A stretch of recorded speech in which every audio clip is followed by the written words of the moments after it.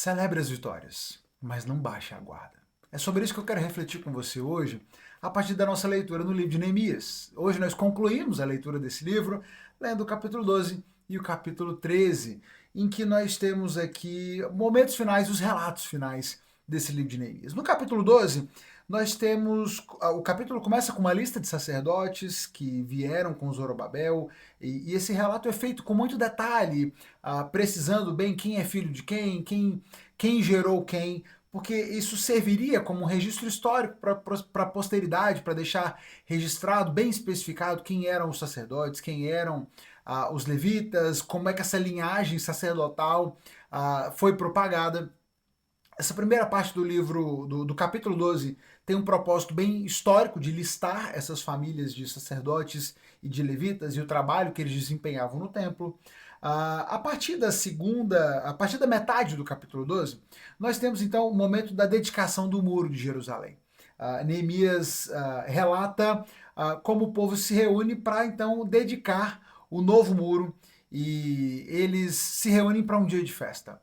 Os levitas são convocados para que possam conduzir esse momento, para que eles possam conduzir a música. Tem que ser um dia festivo. O Neemias faz questão de dizer que os levitas foram chamados de toda a parte, de toda a terra para que eles viessem a Jerusalém para auxiliar. E eles deviam participar dessa ocasião com alegre, dessa ocasião alegre, com cânticos de ação de graça, com músicas de símbolos, com harpas, com liras. Os levitas são convocados para um grande coro, para um momento de muita alegria. Eles têm que celebrar. Existe muito para ser celebrado. Depois de um longo período, amargo período, o povo agora retorna, a cidade aspira novos ares, o templo foi reerguido, os muros estão prontos e, principalmente, como nós vimos ontem, o povo assumiu um compromisso diante de Deus. O povo renovou a sua aliança com o Senhor e querem servir ao Senhor e querem seguir isso dali em diante. Há muitos motivos para festejar e é isso que o povo se reúne para fazer no capítulo 12. Diz que todas essas pessoas se reúnem, os líderes, esses levitas, eles formam ali um grande coro que é dividido em duas partes. Eles sobem ao muro, um segue na direção norte, outro segue na direção sul, e eles vão se encontrar no meio do caminho e vão seguir em direção ao templo do Senhor, onde eles têm uma grande festa, onde muitos sacrifícios, muitos holocaustos são entregues, são dedicados ao Senhor, e naquele dia foram oferecidos muitos sacrifícios, pois Deus havia dado ao povo motivo para se alegrar. As mulheres e as crianças também participaram da celebração e podia-se ouvir de longe a alegria do povo de Jerusalém. Certamente, o Senhor deu a esse povo muitos motivos, muitas razões para se alegrarem. E era dia de festa, era dia de celebrarem. Precisavam celebrar a bondade, a misericórdia de Deus sobre eles. Mas certamente todas essas conquistas não os isentavam e não os isentariam dali em diante de permanecerem alertas, de manter a guarda alta, a atenção, porque o pecado está sempre à porta, as tentações estão sempre nos rondando, e esse povo, por mais que tivesse conquistado tantas vitórias, não devia se descuidar do caminho ali em diante. E o que no capítulo 3 nós vamos ver relatado é o fato de que Neemias nos apresenta alguns equívocos, alguns deslizes que o povo já começa a fazer. A partir daquele momento, Neemias ele diz que ele volta, né, ele precisa retornar, porque ele tinha ido a Jerusalém com o combinado de que ele voltaria depois para continuar servindo ao rei. Então ele retorna por algum tempo, mas depois ele pede permissão do rei para voltar a Jerusalém.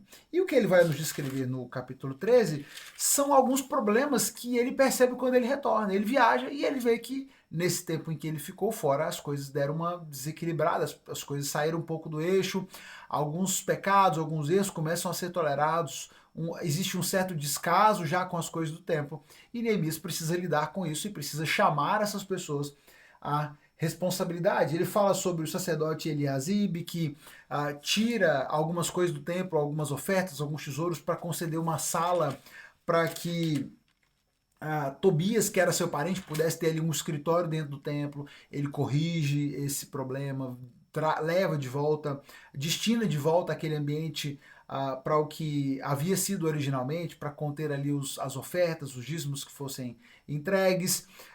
Ele fala também sobre o fato de que muitos levitas tiveram que voltar para os campos para trabalhar, porque o povo se descuidou, o povo se esqueceu dos levitas. Deixaram de levar suas ofertas, deixaram de levar os seus dízimos.